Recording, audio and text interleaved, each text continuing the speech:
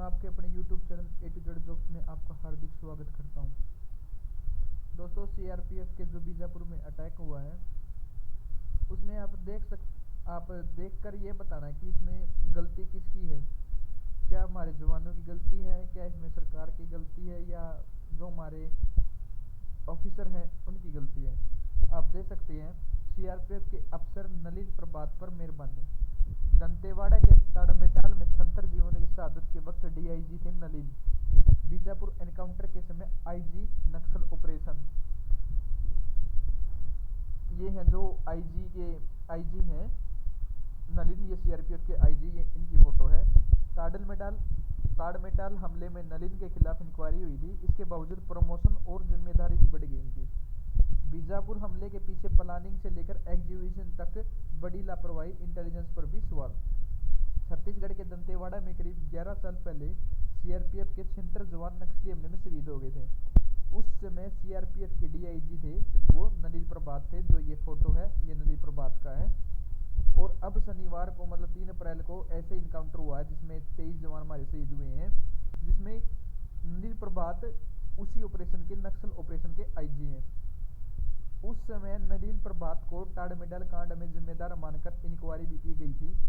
अब सवाल यह है कि पिछली नाकामी के बावजूद नलिन प्रभात को यहाँ बड़ी जिम्मेदारी क्यों दी गई। गलत ऑपरेशन सर्चिंग पर फोर्स को भेजने की जिम्मेवारी किसकी है।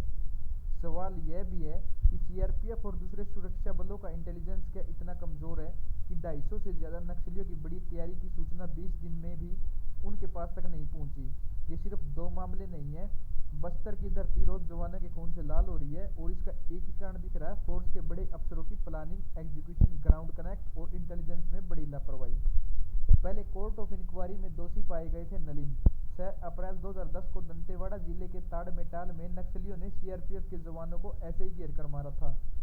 चिलंतार कैंप के 150 जवानों को डीआईजी नलिन प्रभात ने आदेश देकर 72 घंटे के एरिया सैनिटाइजेशन के लिए कहा था।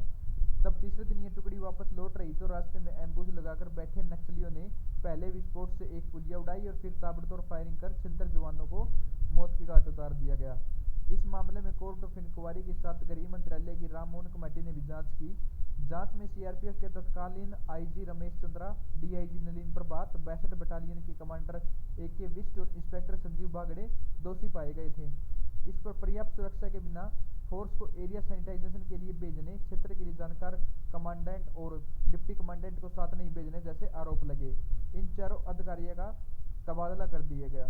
दोस्तों, अब प्रश्न ये आता है कि सिर्फ जवानों को भेज रहे हैं, ना तो उनमें कोई कमांडेंट जा रहा, ना डिप्टी कमांडेंट जा रहा है। मतलब भेज दिया भाई, तुम जाओ, हम एसी में बैठेंगे, जो ऑफिसर की सोच है। बस बैठ के एसी में आदेश दे दिया कि जाओ मरो जाके।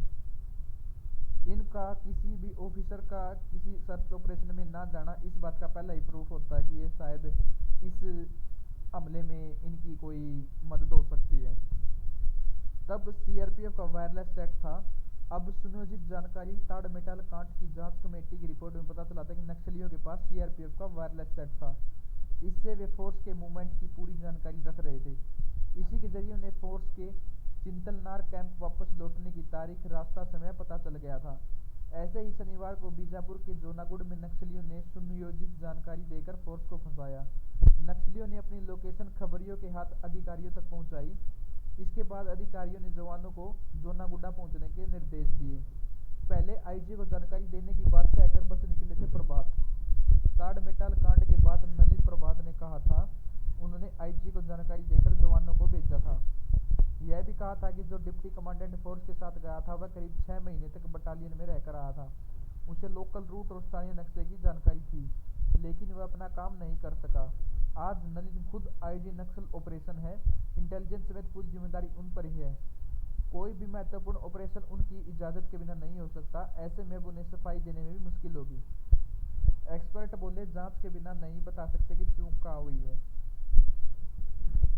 दोस्तों, जो हमारे 22 जवान शहीद हुए हैं उनके जो मुख्य कारण नलिन प्रभात के ऑर्डर्स को भी माना जा रहा है, क्योंकि बिना किसी एग्जीक्यूशन के, बिना किसी सब पूरी तैयारी के जो इस तरह का सर्च ऑपरेशन निकाला गया उस पर बहुत बड़े सवाल उठ रहे हैं।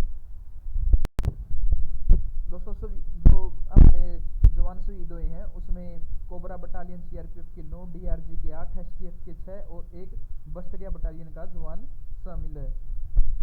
जो 2000 जवानों के सर्च ऑपरेशन में ये जवान निकले थे, जिन पर 12:30 बजे लेकर 5:30 घंटे तक ताबड़तोड़ गोलियां चली, जिसमें रॉकेट लॉन्चर और AK-47 द्वारा नक्सलियों द्वारा इन पर हमला किया गया। और जो सीआरपीएफ के डीजी हैं वो भी अब छत्तीसगढ़ में पहुंचे हुए हैं।